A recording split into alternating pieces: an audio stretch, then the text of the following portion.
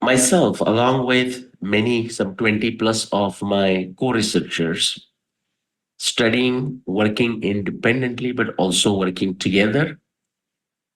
This is just a partial picture because at some point the font gets so small that we can't even read it.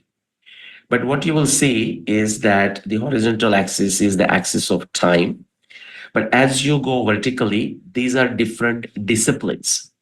For example, there is a hydrology evidence, then there is a ancient text evidence, then there is astronomy evidence, archaeology evidence, agriculture evidence, anthropology evidence, genetics evidence, and so on. And there are 10 other disciplines. The picture that you are seeing is essentially putting together the world history. Now, there is a bit of emphasis on India in this work because that's what my focus has been for last 30 years. And guess what? It has taken me beyond India. So right now, what you are saying, the India or the Indian civilization or its influence, we are looking at from, say, Syria all the way to Philippines. So it's not the India that we know today. But actually, there are connections all the way to North America, all the way to South America, all the way to Africa, and all the way to Antarctica and the Arctic Sea. But that's not the scope today. In fact, in the remaining time, what I would like to do is just show three demonstrations of how myself and my team go about exploring these specific historical events. And I tell you, we have been mighty lucky because when you start researching, there is no guarantee that the evidence that you're going to run into is essentially going to converge to one specific time period, one specific date, and then you are helpless. There are many instances when we have worked on certain things for 5 years and simply given up because they were not leading us anywhere because of the lack of information, lack of evidence, or a confusing evidence, and so on. Now that's the negative side of it. But what you see here on the screen, and there are possibly like 50 stories to tell of our world history going back to at least 75,000 years. And we limited ourselves to that 75,000 years because there is so much work, like, hundreds of scientists working for 100 years. Still, there is enough work to do here. So we limited ourselves to last 75,000 years, beginning with the Toba explosion that happened around 70,000 BC.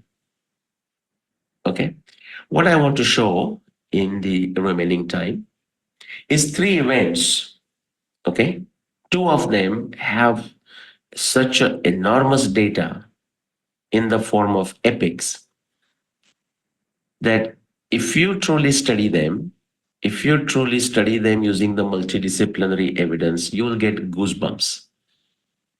The first event that I checkmarked here is the Mahabharata that happened, a historical event, and it had a world implications, by the way.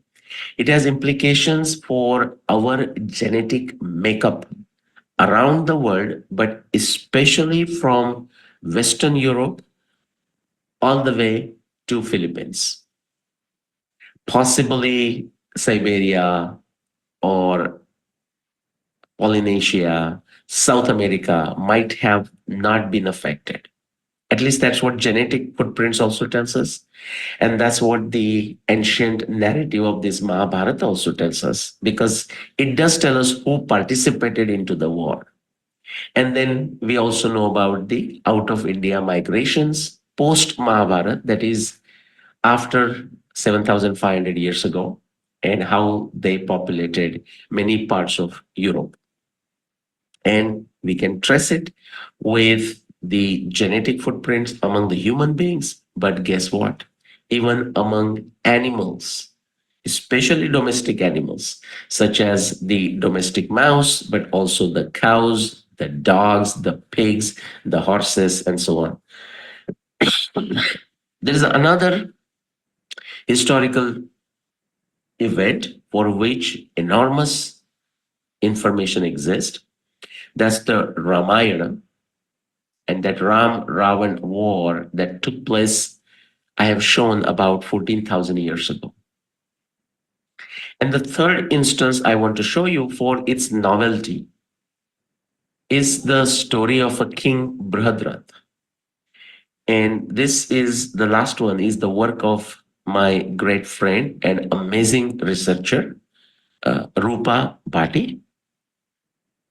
And she has shown, based on beginning with ancient narratives, but then looking at the astronomy evidence, looking at the celestial evidence like astronomy evidence, but combining that with the terrestrial descriptions, and I'll mention what they are, and bringing them to nail down this specific time of King Brihadrat. And that takes us to 34,500 years ago, or 34,500 BC.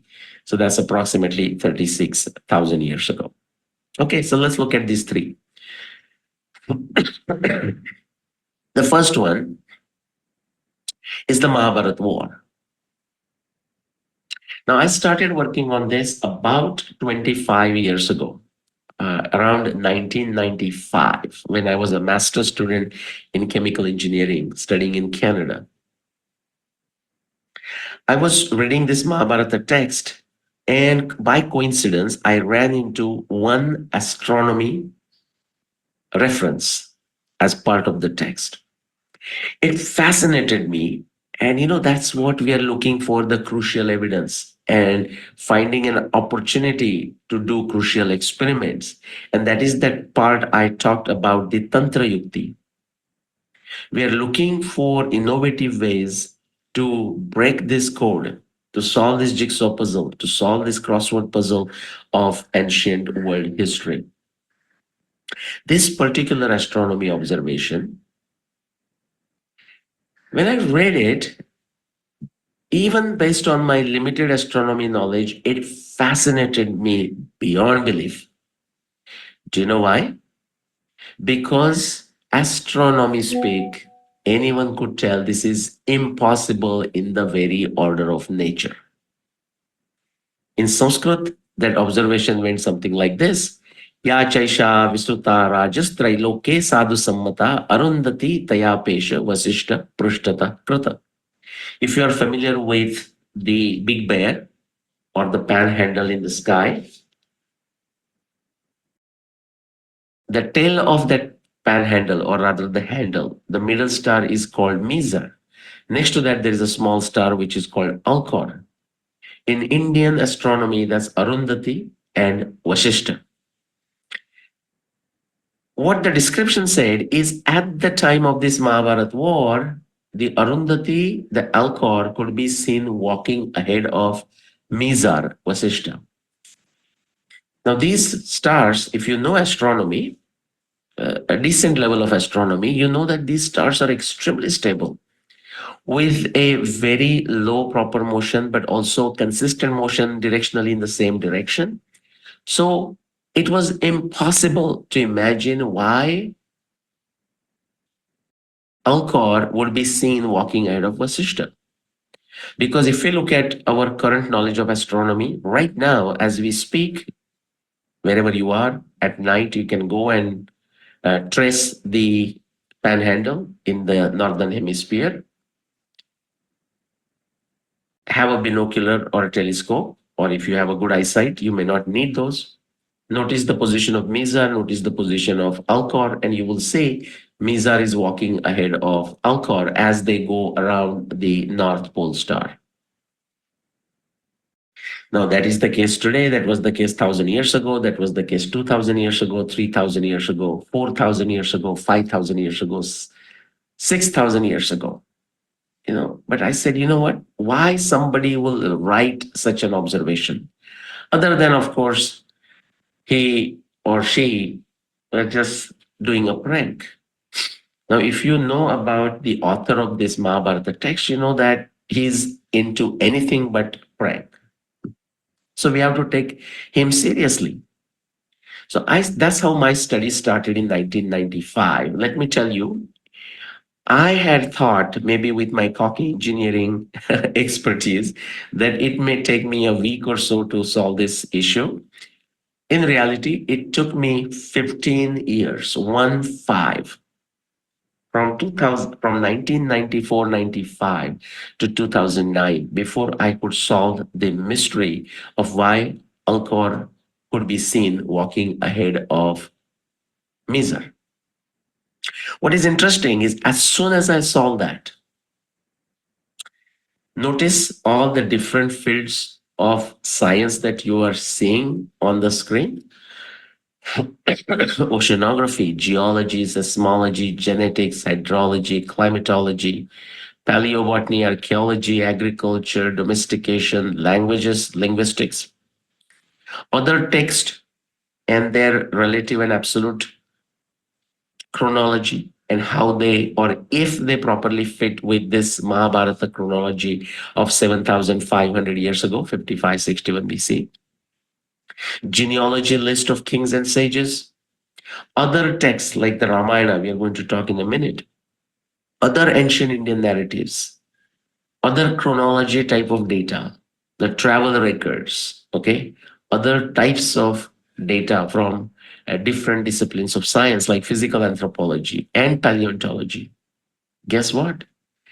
This Alcor Misa reference told me, it gave me a time interval, said this particular historical event did not, could not, would not have taken place any time after 4500 BCE, which is to say, any time in the last 6500 years, and any time before 12,000 years. Uh-huh. And that's what I mean. Like, okay, so that's just a one piece of data. What about additional data? I started reading this text. It's a long text, 100,000 verses. Just to give you a feel for the size, if you combine Iliad and Odyssey, multiply that size by 8 times, and you get some idea of how big this text is, text of Mahabharata. I read it multiple times, very pointedly focused, looking for astronomy evidence. And lo and behold, I found like 300 plus references. But the surprising part is next. Because remember, I said you may find the evidence, but it may not converge, it may not come together. Then what do? Exciting thing is that all these 300 pieces of evidence come together and fall like beautiful pieces in the right places, solving that jigsaw puzzle of the timing of Mahabharata. That year is 5561 BCE. The war lasted for 18 days, and I could even pinpoint those exact 18 days. But the more exciting part is the rest of the evidence that we are talking, oceanography. For example, this text refers to one of the hero, and many of you might have heard the name Krishna. He's now deified, he's considered a god, but he was a human being just like us. Amazing human being, a superhero. He had established a prosperous city on the west coast of India. And guess what? It was destroyed by gushing sea waters 36 years after the Mahabharata war. That's what the Mahabharata text says. So if you add 36 years to this 5561 BCE, remember it's a before Common Era. So we have to do the math in the right way. So in reality, we will end up subtracting 36. That takes us 5525 BCE. And then I was curious. Okay, so the astronomy is a celestial evidence. Now I have a prediction for the flooding and destruction of Krishna's Dwarka 36 years after the Mahabharata war, after 5561 BCE, in the year 5525 BCE. Do I find the evidence? Terrestrial evidence. And lo and behold, I started looking at the oceanography data, geology data, hydrology data, sedimentology data, seismology data. And those of you who are further interested in the subject, you can just type my name in the YouTube and watch these series of videos on the flooding and destruction of Krishna's Dwarka, evidence from around the world. Every time the evidence came running to me, practically shouting 5525 BCE. There was evidence from the west coast of India where it was very much required, but there was evidence, corroborating evidence from the east coast of India, from the west coast of Indonesia, from the east coast of Australia, from the western coast of Australia, from the Black Sea. In fact, the formation of a salty Black Sea is directly connected with this timing of 5525 BCE. Those of you who are interested may read a book, I think I may be telling you the wrong name, Noah's Flood, I think, by Ryan and Pittman, two geologists from Columbia University in United States. I have had a pleasure of doing communication with them. 5525 BCE, but you find the evidence on the west coast of France. You find the evidence in the ocean between the called Dogger Bank between Norway and uh, England or Scotland. You find the evidence in Vietnam. You find the evidence in Malaysia. You find the evidence in Thailand. Lo and behold, you find the evidence in United States of America. Okay, in Florida, in the Mississippi River Delta, and uh, even in the Caribbean. In fact, 7 different locations in Caribbean.